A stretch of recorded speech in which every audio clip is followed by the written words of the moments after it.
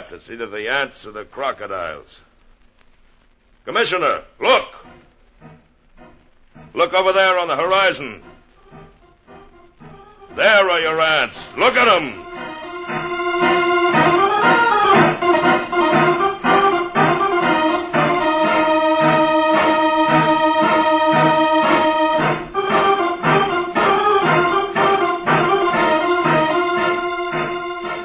It was a sight I will never forget. Over the range of hills, as far as I could see, crept a darkening hem, ever longer and broader until the shadows spread across the entire slope, then downward, uncannily swift, and all the green herbage on the entire slope was being mowed as by a giant sickle, leaving only the vast moving shadow extending, deepening, and always moving nearer. They're a hideous lot. Leiningen, we can't last against that. Look at them. Why, they will fill your ditches with their corpses and still have enough to destroy every one of us. We've got to run. Oh, no, they haven't gotten to us yet, and they never will.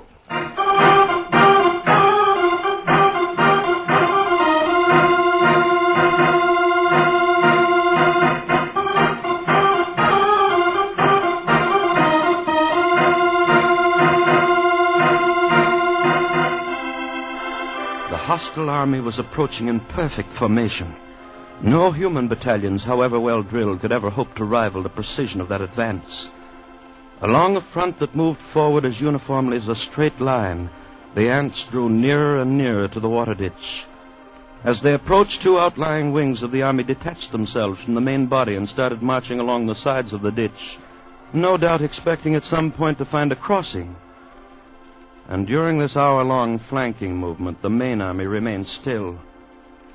Across the scant 12 feet of ditch, I stared at them, and they stared back at me. A solid mass, every one as big as my thumb, with reddish-black body and long legs. Suddenly, a sound so unearthly as to freeze our blood jerked our heads in the direction of the jungle on the far side of the ditch. Coming toward the ditch at a stumbling gallop was a singular being, a writhing, animal-like blackened statue with a shapeless head and 4 quivering feet. It was a stag, covered over and over with ants. Leiningen threw up his rifle, and the stag fell lifeless to the ground, its agonies at an end. Horrified as I was, my curiosity impelled me to glance at my watch. I had to know how long the ants would take.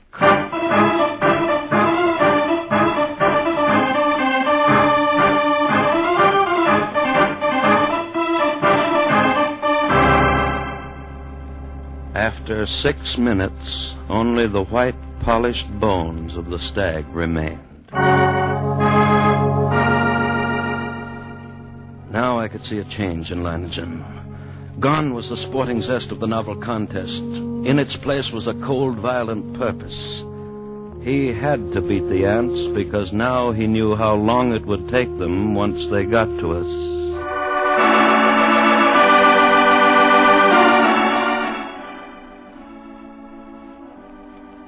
Around 4 in the afternoon, the ant scouts having found no crossing, there was a stirring among the main army. And then an immense flood of ants about 100 yards in width commenced pouring in a glimmering black cataract down the far slope of the ditch. Thousands drowned instantly, but the rest began using the bodies as bridges. Leiningen immediately swung into action. Hahauh! Get to the dam, open the floodgate a little more. We've got to get the water in the ditch moving faster. Look at them drowned by the thousands. But they keep coming. Even though the current carries many of them away, they're advancing. Well, we'll fix them. Boss! How about those shovels and petrol sprinklers? You passed them out to the men? It has been done, senor. Then get all hands here in a hurry. This looks like a spot for action. Commissioner. Yes?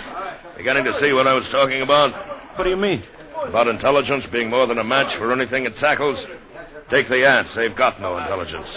If they had, they'd have attacked along the whole length of the ditch instead of a narrow front like this. And they'd have been across by now. Too bad I'm not running their campaign for them. You can joke about it like that with the ants halfway across the... All right, man. Busy with the shovels now. Drop some sand and quads on them. See how they like that. You with the petrol sprinklers, start pumping.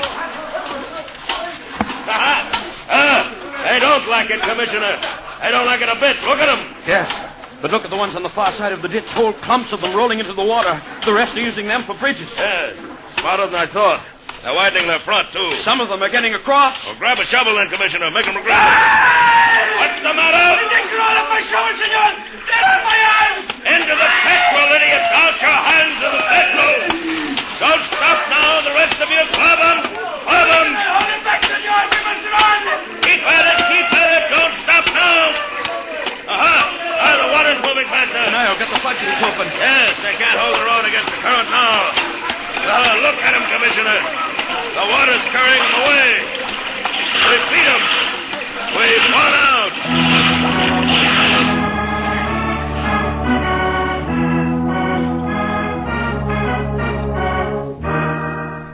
It was true. Leiningen had won, at least the opening round.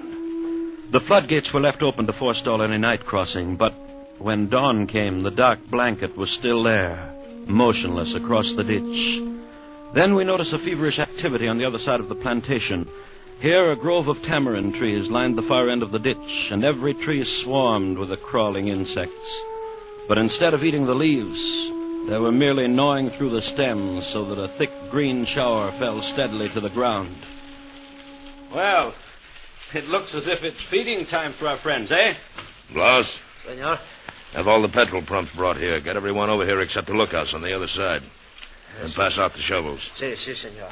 Going to deprive them of a meal? A meal? Aren't they cutting the leaves down for food? Wish they were.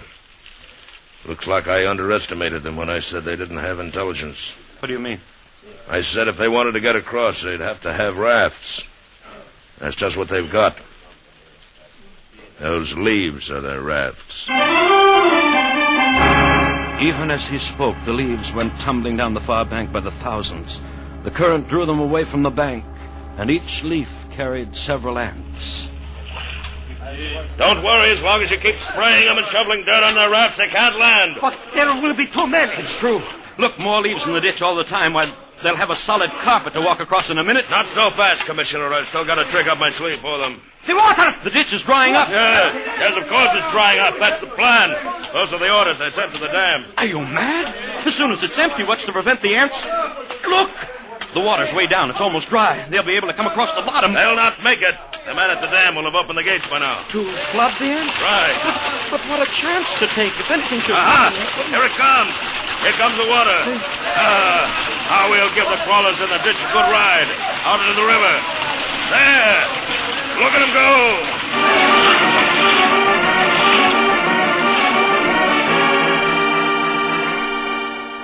Leiningen's tactics were successful at first. The violent flow of water at the original depth raced through the ditch, overwhelming leaves and ants and sweeping them along. 3 times the ditch was emptied, 3 times the ants raced across its bottom, and 3 times the rushing water, arriving just in time, carried them away. But the 4th time, as the water lowered nearly to the bottom of the ditch, we waited in vain for the rushing water. Senor! And then... Senor! What's the matter? What's gone wrong with the dam? The ants! Just as the man at the dam lowered the water almost to the bottom, the ants attacked. Before he could open the floodgate, he was almost surrounded. He ran. The ants kept coming. They are across the ditch. Leiningen stood motionless, absorbing the news of his defeat without a word. Then he raised his pistol and fired 3 shots into the air. The prearranged signal for all men to retreat instantly to the second line of defense, the concrete ditches more than a mile from the point of invasion. Soon after we arrived there, the natives commenced strangling in, silently. Leiningen waited until all of them had gathered. Then he spoke to them. Well, lads, we won the first round, lost the second. But we'll smash the crawlers yet. Anyone who thinks otherwise can draw his pay and push off. There are rafts enough on the river and plenty of time still to reach them. No. You stay then. Good. Thank you, lads. And you, Commissioner? I can't persuade you to give up the fight? You cannot. Then I stay too. No. I knew you would. Senor, if you have the ants have reached the ditch. They're trying to get across. No, senor. I didn't think they would. There's plenty of food out there for them. My fields and orchards, a work of 3 years. Ought to last them until morning anyway.